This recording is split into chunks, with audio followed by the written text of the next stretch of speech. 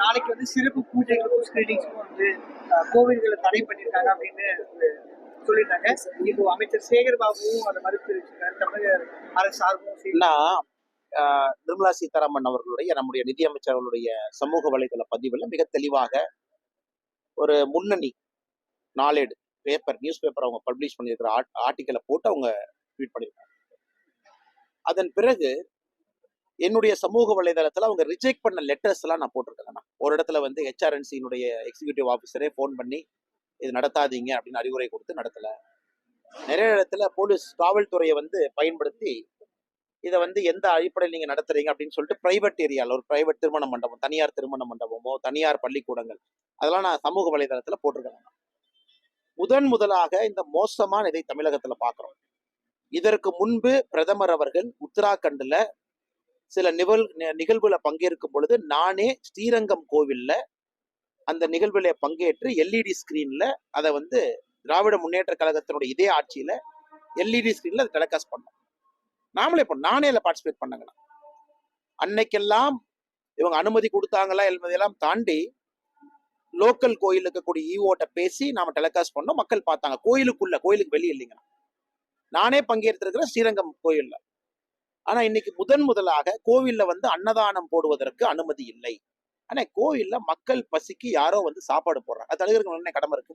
அப்படின்னா எல்லா கோயிலும் நாளைக்கு நீ சாப்பாடு போறேன்னு தமிழக அரசு நான் கேட்கிறேன்.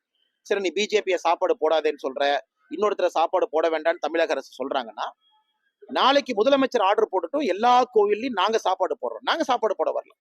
இந்த நிகழ்வை ஒரு பிரசாதமாக நம்முடைய கட்சியும் பொதுமக்களும் வேறு வேறு இயக்கங்களும் இணைந்து எல்லா கோவில்லையும் நாளைக்கு அன்னதானம் போடணும்னு ஒரு பெரிய முடிவோட களமிறங்கி இருக்கிறாங்க. இதை ஏன் தடுக்கிறீங்க? முதல் கேள்வி. இரண்டாவது கேள்வி, கோயிலுக்குள்ள எல்இடி வைக்கிறோம். அதுக்கு நீ பணம் சார்ஜ் பண்ணுமா? சார்ஜ் பண்ணிக்கங்க. அதுக்கு என்ன கோயிலுக்கு பணம் கட்டணுமா? கரண்ட் ஃபீஸ் கட்டணுமா? கட்டலாம், ஒன்றும் பிரச்சனை இல்லை. ஆனா எதற்கு டினை பண்றீங்க? கோயிலுக்குள்ள வரக்கூடிய பக்தாதிகள் கோயிலுக்குள்ள உட்கார்ந்து பாக்குறதுக்கும் லா அண்ட் ஆர்டருக்கு என்ன சம்பந்தம்? ராமர் கோவில் தீர்ப்பப்ப லா அண்ட் ஆர்டர் வந்துச்சுங்களா? சுப்ரீம் கோர்ட் தீர்ப்பப்ப? இல்ல ராமர் கோவிலினுடைய அடிக்கல் நாட்டு விழாவப்ப லா அண்ட் ஆர்டர் வந்துச்சா? நாளைக்கு ராமர் கோவிலினுடைய பிராண பிரதிஷ்டை நிகழ்வுல லா அண்ட் ஆர்டர் வரப்போதா? வராது. இவர்கள் வந்து மைனாரிட்டி அரசியல், மைனாரிட்டி அப்பீஸ்மெண்ட் பாலிடிக்ஸ் பண்றாங்க. அதனுடைய வெளிப்பாடு தான் இவர்களுக்கு தலையும் புரியல, வாழும் புரியல. அறநிலையத்துறை அமைச்சர் ஏதோ கதை சொல்லிட்டு இருக்காரு. ஆனா தமிழக அரசே பொய் சொல்வதை இப்ப சமீப காலத்துமா பார்க்க ஆரம்பிச்சிருக்கோம். அரசு பொய் சொல்லுது. அப்ப என்னுடைய சமூக வலைதளத்துல வெள்ளூர் பகுதியில ஒருத்தர் ரைட்டிங்ல கொடுத்திருக்காங்க, உங்களுடைய இஓ சொல்லிதான் நாங்க இதை வந்து ஸ்டாப் பண்றோம் அப்படின்னு. அது பொய்யா? அதனால அமைச்சர் சேகர் பாபு அவர்கள் பச்சை பொய்ய சாதாரணமா சொல்றாரு. இது திமுகவினுடைய மேடை பேச்சு போல அமைச்சர் பொய்யை சொல்லி தப்பிச்சுக்கலாம்னு ஐடியா பண்றாங்க.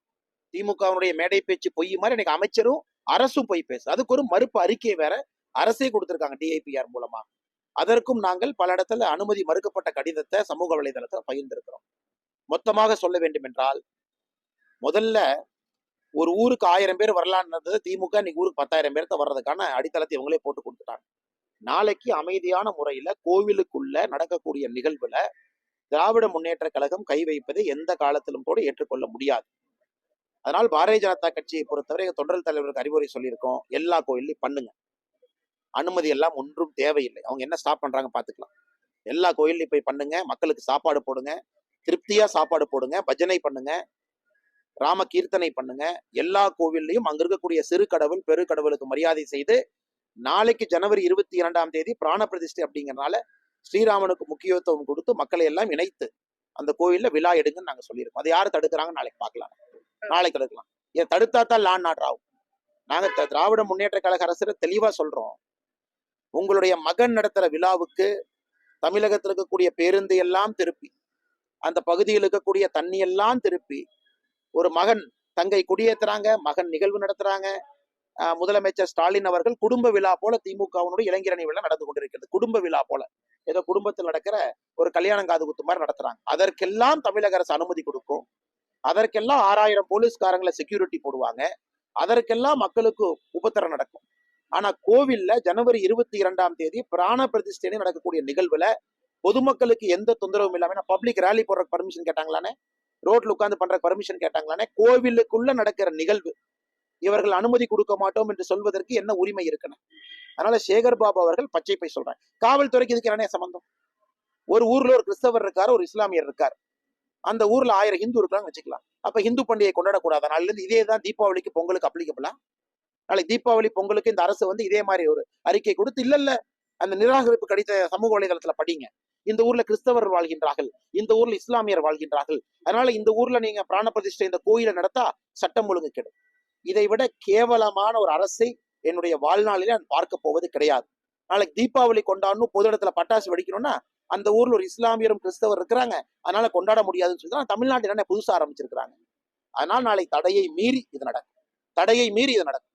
எங்களுடைய தொண்டர்களுக்கு எல்லாம் நாங்க சொல்லியிருக்கோம், தடையை மீறி இறங்குங்க பாத்துக்கலாம். எல்லாம் ஒரு அளவுக்கு தானே பொறுக்க முடியும். அரசுங்கிறது ஒழுக்கமா நடந்தா தான் அரசுக்கு மரியாதை.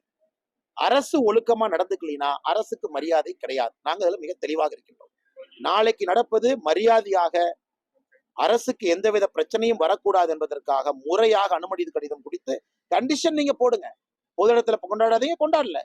கோவிலுக்குள்ள கொண்டாடுறதுல என்னென்ன பிரச்சனை? நானே ஸ்ரீரங்கம் கோவில்ல, உத்தராகண்ட்ல நம்முடைய பாரத பிரதமர் அவர்கள் பங்கேற்ற விழாவில், கேதார்நாத் விழாவில் நான் இங்கே பங்கேற்றேன். எல்இடி ஸ்கிரீன்ல கோவிலுக்குள்ள இருந்தோம். அப்ப அனுமதி, இப்ப அனுமதி இல்லை. அதனால இந்த எல்லா கேள்விகளும் மக்கள் கேட்கிறாங்க. நாளைக்கு தடையெல்லாம் தாண்டி இது நடக்கத்தான் போகுது. அதனால திமுக அரசு புரிந்து கொள்ள வேண்டும்.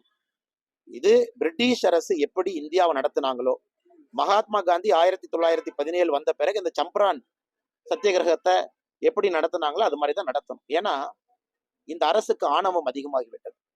மக்களுடைய வழிபாட்டு நெறிமுறையில கை வைக்கலான்னு முடிவு பண்ணிட்டாங்க.